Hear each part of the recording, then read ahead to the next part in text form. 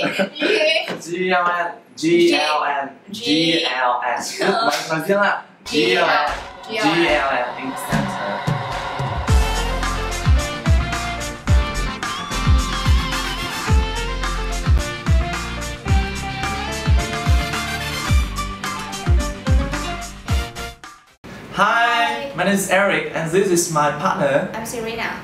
So where are we now actually? We are at the UN English Center. And we are hosting a show named The Chatterbox, in which we will discuss all the matters that are related to English and IELTS exam. So how do you feel today, Serena? Well, I'm super excited because honestly this is the first time that I've been doing something quite like this. And I'm also really happy since we are doing this not only for GN students but also for the English learners out there. Yeah, I'm feeling very excited too. So today's episode would be the fight. What is the fight? It sounds so violent. You want to fight? Yeah, you want to. So what actually is a fight? It is the difference between Vietnamese and English teachers. And I'm going to go for the English teacher. Then I'm going to be the advocate of Vietnamese teachers. So I think that the very obvious advantage of learning a foreign teacher would be they have a very excellent pronunciation, and also in terms of grammar, because they are foreigners, so they have got used to English grammar since they were just a child. And also the attitude of the students to what a foreign teacher would be more open because they would want to speak more. And what do you think?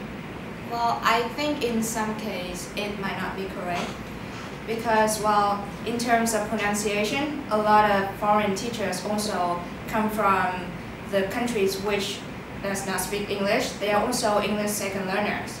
And meanwhile, a lot of Vietnamese teachers also have a great ability of pronouncing because they can have an experience of studying abroad or studying with true English speakers. So I think it really depends on which, like the teachers themselves, not particularly foreigners or not.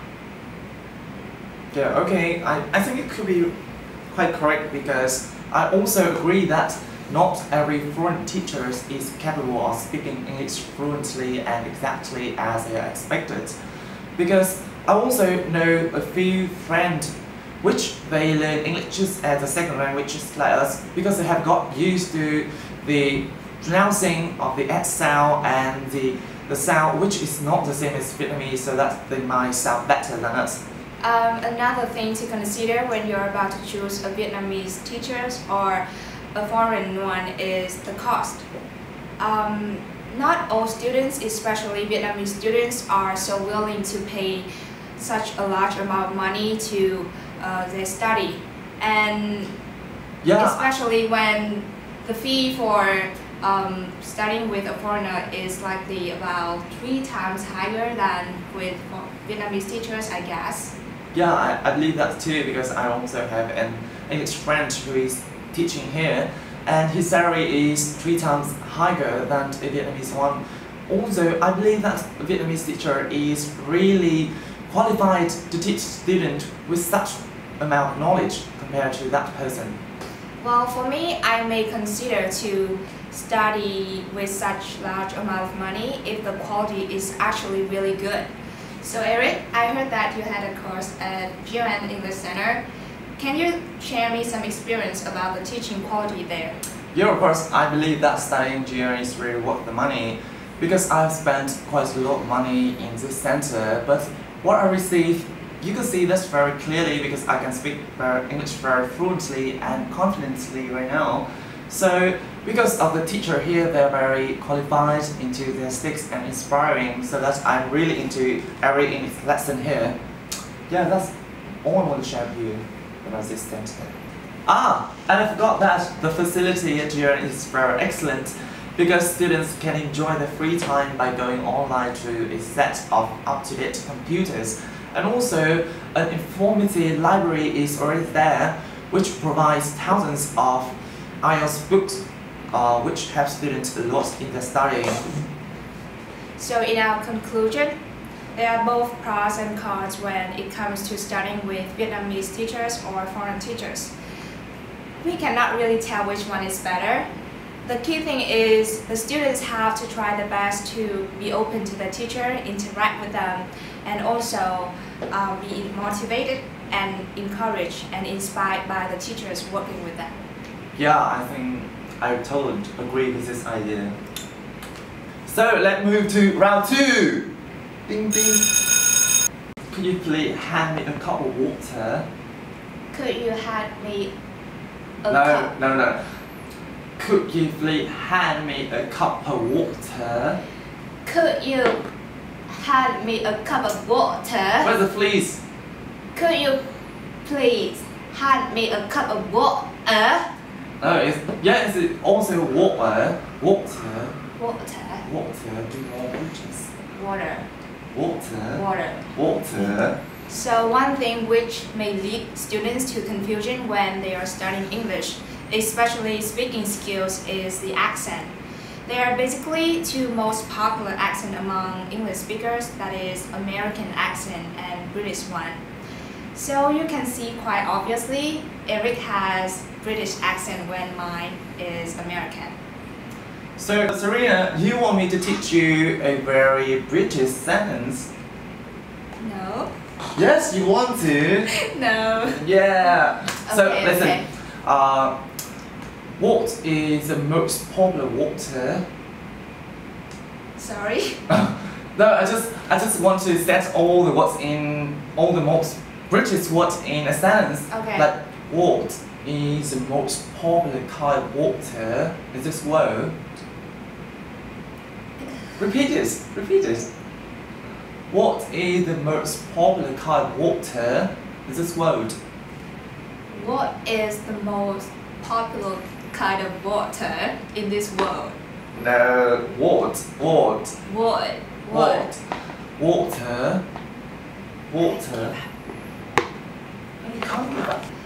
So I think British accent is really hard to imitate, but you have a very clear British accent. So can you tell us like your process of trying to get that accent? Yeah, I think that British accent is quite difficult and different to get compared to American one, because students, when they were just a small kid, they are taught with the American accent, and I had to change myself to a 4-month process just by imitating British people speak through YouTube. And that process didn't take me quite a lot of effort, because I think this British accent is really interesting and sexy to speak. So that is a very huge encouragement for me to try my best to have it. Well, okay, from my own experience, I did kind of the same thing. Like I didn't really try to imitate the accent, but it just came really naturally, and I just picked it up during watching films and listening to music and things like that. So one thing that a lot of students have questioned us is that, is really important, or does it make any difference when using British accent or American accent in the IELTS test?